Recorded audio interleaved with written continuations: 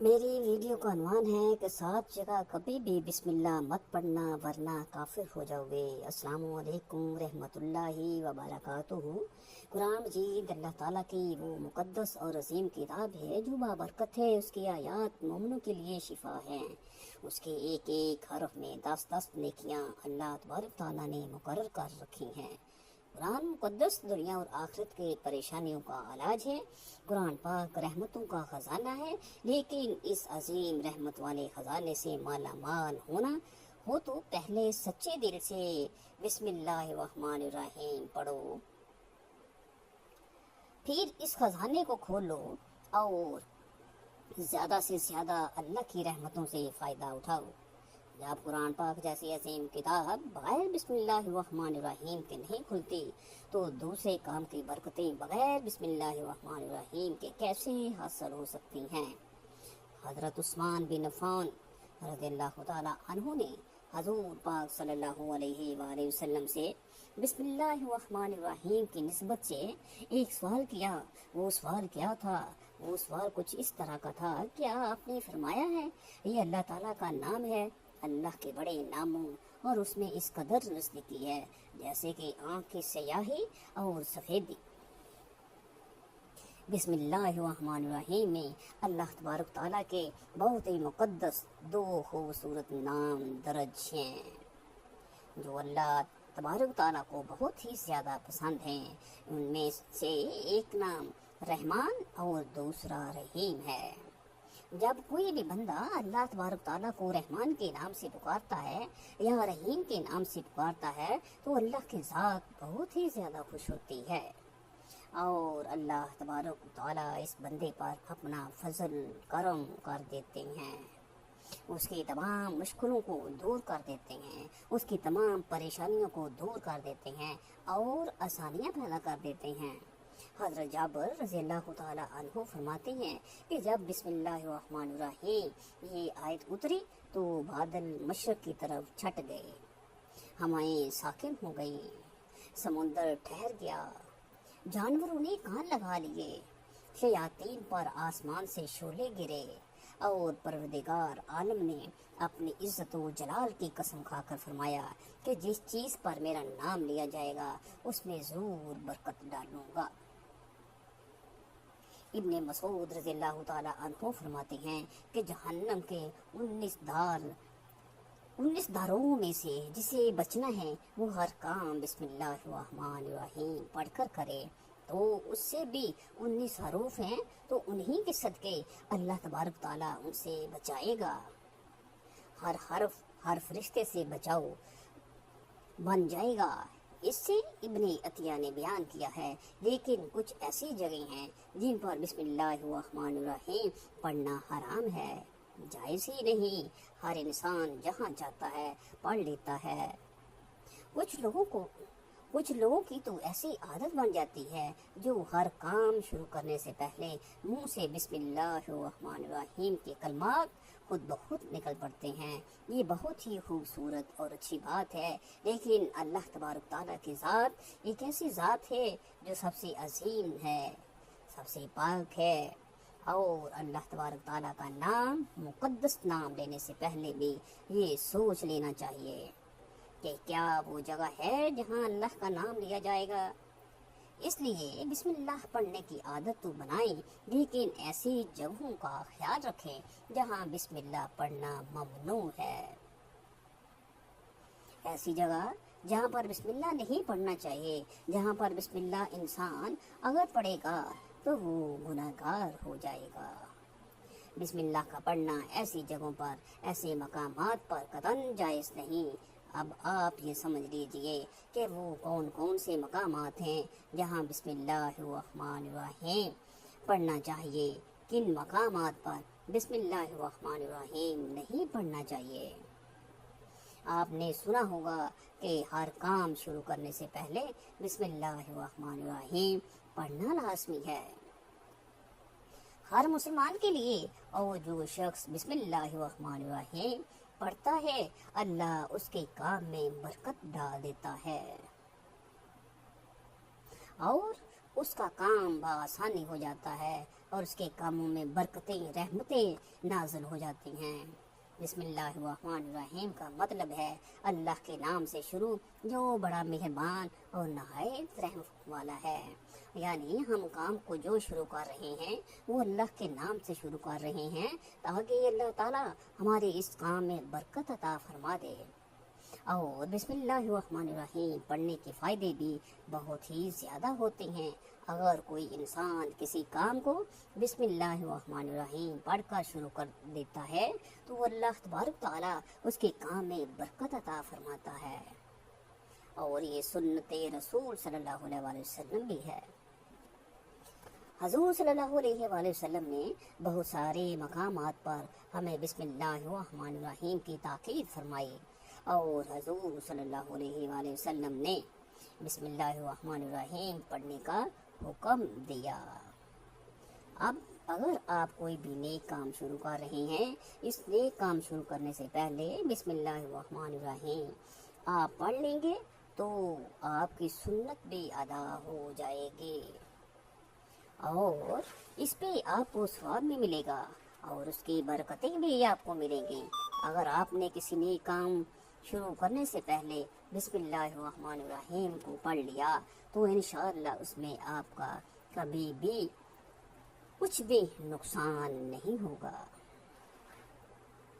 اللہ تبارک تعالیٰ خود آپ حضرت کا حامی و مددگار اور ناصر بن جائے گا، کیونکہ آپ نے اپنے اس کام کو اللہ تبارک تعالیٰ سے شروع کیا، اور ہمارا کام ہے ہر کام کو اللہ کے نام سے شروع کرنا، اور ہمارے بس میں اور کچھ بھی نہیں ہے، سب کچھ اس اللہ پاک کے ذات کے اختیار میں ہے۔ بندے کے ذمے صرف اسباب کا اختیار کرنا ہے۔ آپ کسی کام کو کرنے سے پہلے سبب اختیار کریں، ہمیں یہ کام کرنا ہے، باقی آپ اللہ کے سپرد چھوڑ دیں۔ اللہ تبارک تعالیٰ آپ کے کام کو بہت ہی آسانی سے مکمل کریں گے۔ جو اب آپ کا کام ہے اللہ تبارک تعالیٰ کے سپرد کیا ہوا ہے، اللہ اسے خیر و عافیت سے مکمل کریں گے۔ ایک مرتبہ صحابی آئے اور آ کر عرض کی، یا رسول اللہ صلی اللہ علیہ وآلہ وسلم، میں پریشان ہوں یا ہم پریشان ہیں، ہمارے اونٹ کہیں کھو گئے ہیں۔ تو آپ صلی اللہ علیہ وآلہ وسلم نے ان کو یہ بتایا کہ اللہ پر بھروسہ کرو، اور اللہ پہ بھروسہ ہی اصل چیز ہے۔ یہ بولو کہ میں نے اللہ پر بھروسہ کر لیا، اللہ پاک بہت بہترین کارساز ہے۔ تو کچھ صحابہ کرام کہنے لگے، یا رسول اللہ صلی اللہ علیہ وآلہ وسلم، ہمیں اللہ کی ذات پر بھروسہ ہے، کیا ہمیں اپنے اونٹوں کو ایسے ہی چھوڑ دینا چاہیے؟ اگر ہماری قسمت میں ہوں گے تو ہمیں اونٹ واپس مل جائیں گے، اور مقدر میں نہیں ہوں گے تو نہیں ملیں گے۔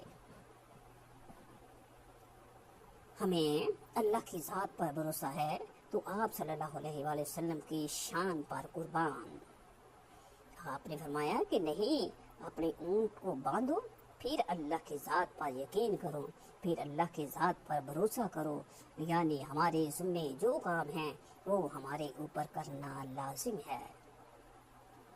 اسباب کا انکار کرنے والا جاہل ہوتا ہے، اسباب کا انسان انکار نہیں کر سکتا کہ نہیں، ہم تو ہاتھ پر ہاتھ رکھ کر بیٹھ جائیں گے، اب اللہ کھلائے گا، کیونکہ وہ رازق ہے، وہ ہمیں کھلائے۔ لیکن یہ بات تو سوچیے نا، اللہ تبارک تعالیٰ نے ہمیں 2 ہاتھ دیے ہیں، ہمیں 2 پاؤں دیے ہیں، اگر ہم چاہیں تو اللہ تبارک تعالیٰ کی ذات کا 1 انگلی کا، 1 آنکھ کا بھی شکریہ ادا نہیں کر سکتے۔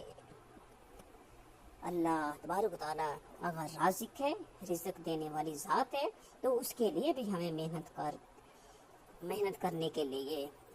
کرنی چاہیے۔ جب ہم اپنے ہاتھ پاؤں ہلائیں گے اور محنت کریں گے تو اللہ تبارک تعالیٰ آپ کی محنت کو رنگ لگائیں گے اور آپ کے رزق کو دوگنا کریں گے۔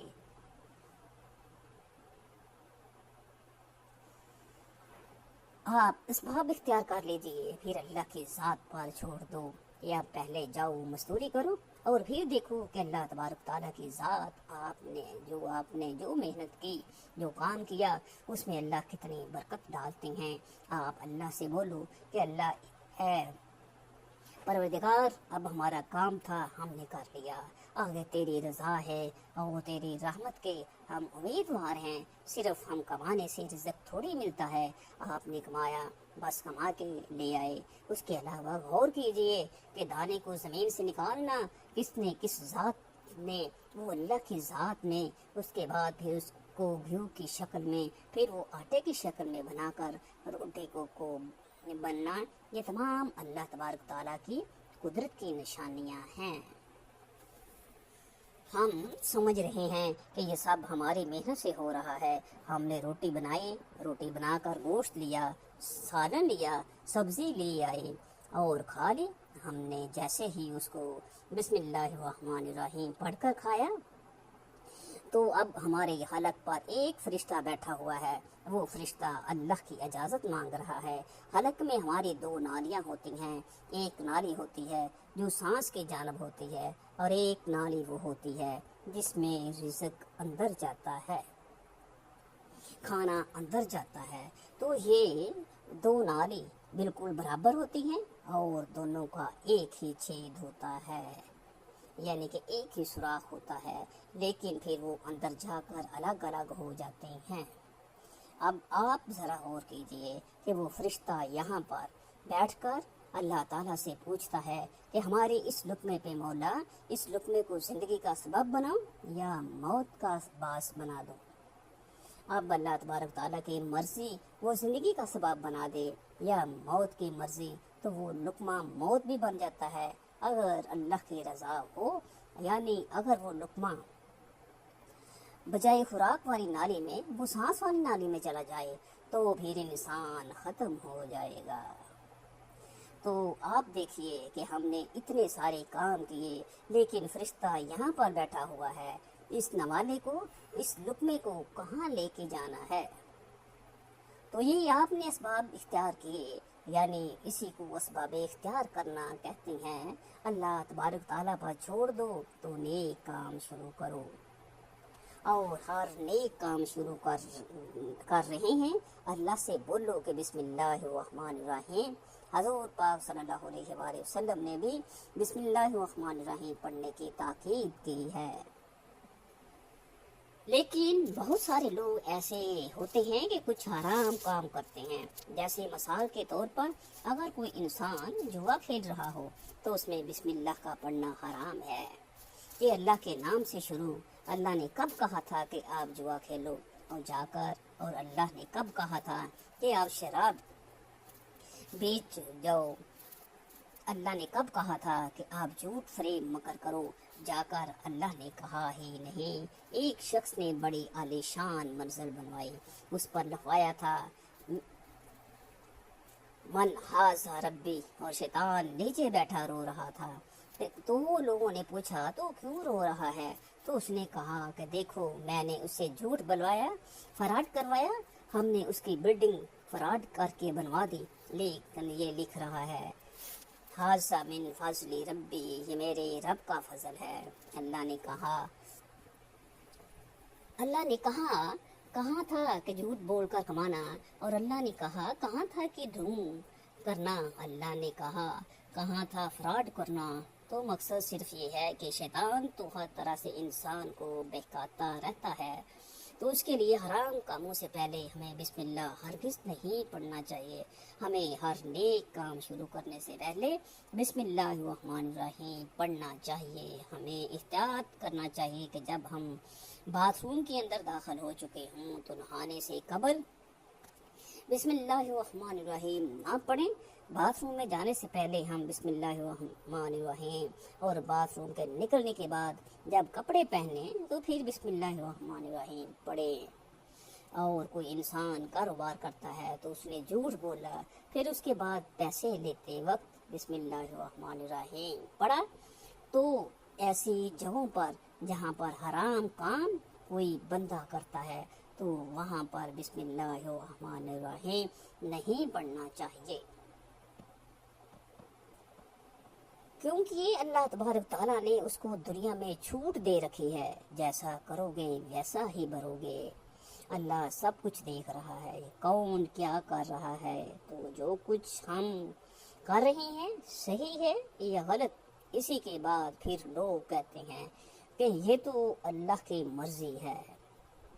لیکن یاد رکھنا یہ اللہ کی مرضی نہیں ہے، اللہ کی اجازت ہے، اللہ نے آپ کو اجازت دی ہوئی ہے، بس اللہ نے چھوٹ دی ہے کہ کر لو دنیا میں جیسا کرنا ہے۔ اللہ ظالم کو ڈھیل دیتا ہے، لیکن جب پکڑتا ہے تو چھوڑتا نہیں ہے۔ اللہ کی پکڑ بڑی سخت ہے۔ تو دنیا میں اللہ دیکھ رہا ہے، یہ مرضی نہیں ہے اللہ کی کہ آپ گناہ کرو، لیکن اللہ نے بس اجازت دی ہوئی ہے کہ آپ کر لو، دیکھیں کتنا کرو گے۔